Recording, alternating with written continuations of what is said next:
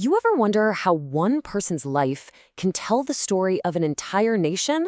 Well, that's exactly what we're diving into today with Dr. Shahin Samadi's memoir, Currents of Being. It's this incredible story that uses one single powerful metaphor to link a personal journey with the massive, turbulent history of a country in transformation. And it all starts right here with a simple but really profound piece of advice from Dr. Samadi's father. He said this during a family picnic right by a river in Iran.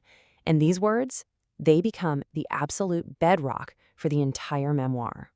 The book we're talking about is Currents of Being, Volume 1, The River of Life. Now, this isn't just a straightforward autobiography. It's really about Dr. Samadi's amazing life, yes, but he calls it a bridge, a way of connecting a super-rich cultural past with an unknown future, all happening against the backdrop of modern Iranian history.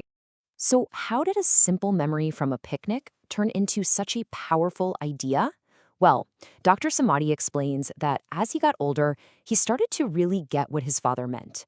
Life, just like a river, it just keeps flowing forward, doesn't it? It carries you through everything, the good, the bad, the challenges, all of it. And this concept, the river of life, it's about more than just time passing. The idea is that every single choice you make, every relationship, every struggle, it all shapes what he calls your current of being. It kind of casts us as navigators, you know? We're the ones steering our own boat through the calm parts and, yeah, through the really rough rapids, too. And this river metaphor gets really intense when we see how Dr. Samadi's own life was suddenly thrown into those turbulent rapids. The first major chaotic current in his story was the massive historical shift he saw in his homeland, the Iranian Revolution of 1979. And the change was, well, it was night and day. Before 1979, Iran was speeding down a path of modernization. It was cosmopolitan, heavily influenced by the West, and a key ally. But after 1979, everything flipped. The country was completely remade into a theocratic Islamic regime, running on strict Sharia law and pretty much isolated from the West. This wasn't just politics. It changed the very fabric of how people lived their lives. And it's so important to understand the 1979 revolution didn't just happen in a vacuum. Nope, it was really the climax of a whole century of chaos. You had these currents of instability and foreign influence flowing for a long, long time. From the first moves toward a constitution way back in 1906 to the CIA-backed coup in 1953 that put the Shah back in absolute power. Any revolution, any major upheaval like this has an immense human cost, and the Iranian Revolution was absolutely no different. The new regime moved fast to tighten its grip on power, and anyone who opposed their vision, well, they faced a truly brutal crackdown. Let's just look at the numbers for a second because they start to paint a really grim picture. In the decades since, during major protests and uprisings, security forces have often used lethal force. We're talking about hundreds of protesters killed. And the crackdown went way beyond the streets. Tens of thousands of people have been arrested and thrown in jail over the years just for speaking out.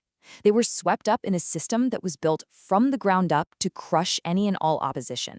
To hold on to power, the methods were brutal.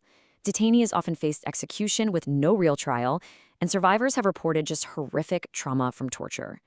There's an old saying from the French Revolution that Dr. Samadi quotes, "The revolution devours its own children." And that's what happened. The new regime turned on the very people who had been their allies, the liberals, the nationalists, to make sure only one ideology survived. And this fight, it's not ancient history, not at all. It's happening right now. You see it in powerful movements like Women, Life, Freedom, which exploded after the tragic death of Mahsa Amini. It's a whole new generation demanding the most basic human rights, and their voices are echoing those same calls for freedom from decades ago. So, in the middle of all this chaos back home, Dr. Samadi's personal river finds a totally new direction. He'd actually come to the U.S. in 1976 to go to school, right before the revolution hit. What was supposed to be a short stay turned into a permanent new life, and it led him to an absolutely remarkable career. Think about this. When the revolution happened, his family's financial support was completely cut off. He was suddenly on his own in a new country, but he navigated those rapids. He earned his Ph.D., landed a job as an engineer at NASA, and then went on to co-found his own successful tech company. I mean, talk about resilience. Now, when you hear NASA, you probably think rockets, Mars rovers, outer space, right? But what's so fascinating is that Dr. Samadi's work was focused right here on our own planet. He was a key part of NASA's Earth science mission, using satellite data to figure out the incredibly complex systems of Earth, our atmosphere, our oceans, our changing climate. And that brings us right back to where we started, to that core metaphor.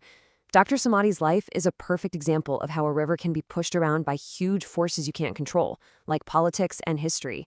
But it also shows how a smart navigator can still steer their own course and reach a safe shore, even when the water is at its roughest. The memoir has this just beautiful quote from the famous Persian poet Hafez. It goes, "Weep not, O heart, Noah shall pilot thee, and guide thine ark to the desired shore." It's such a timeless message of hope, isn't it? That even when things feel terrifying and out of control, there's always a chance for guidance and a safe harbor. So all of this leaves us with a pretty big question to think about. Watching Dr. Samadi chart his course through history, through loss and incredible success, it kind of makes you look at your own life, right? So what have been your rapids? What were your moments of calm water? And where do you think the currents are taking you now?